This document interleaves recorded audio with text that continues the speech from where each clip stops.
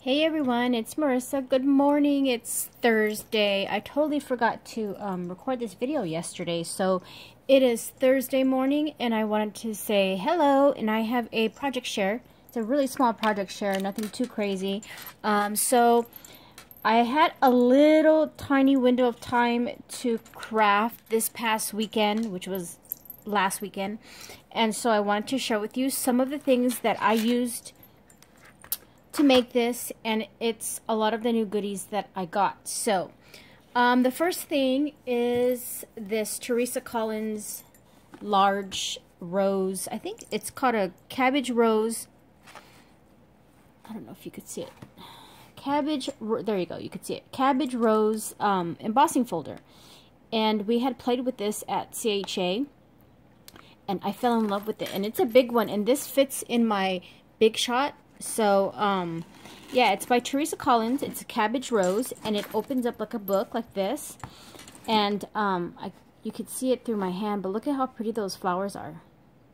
So I use that, and then I use some, I use one or some of the dies in this Sizzix die set from Brenda Walton, and I purchased this at Michael's. So I used that, and then some of the goodies that I got at the Rubber Stamp Expo a few weekends ago are these little flowers here. And these are so teeny tiny, guys, that they are hard. For me, they were hard to deal with. I used them cutting felt, but I think it may have been easier to use paper. But I use felt, so maybe it's easier using paper. But these are so cute. So I use that, and then I also use these Cherry Lynn butterfly dies that I also got from the Rubber Stamp Expo, and they are so tiny. It's so cute.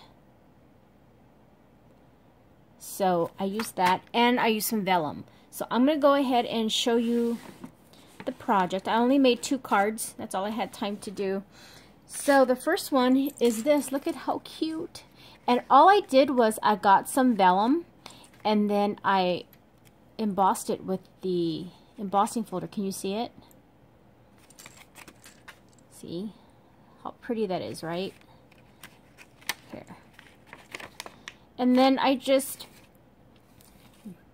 you know, ran some tape on the corners here, just so that, you know, it has some, I didn't want to tape it flat, because I guess you guys seen those cards before, and I seen it on, I believe it was Teresa Collins did something like this, but I don't think it was vellum, but she just taped the ends right here and left these flapping. But the front I did tape down, but not the back.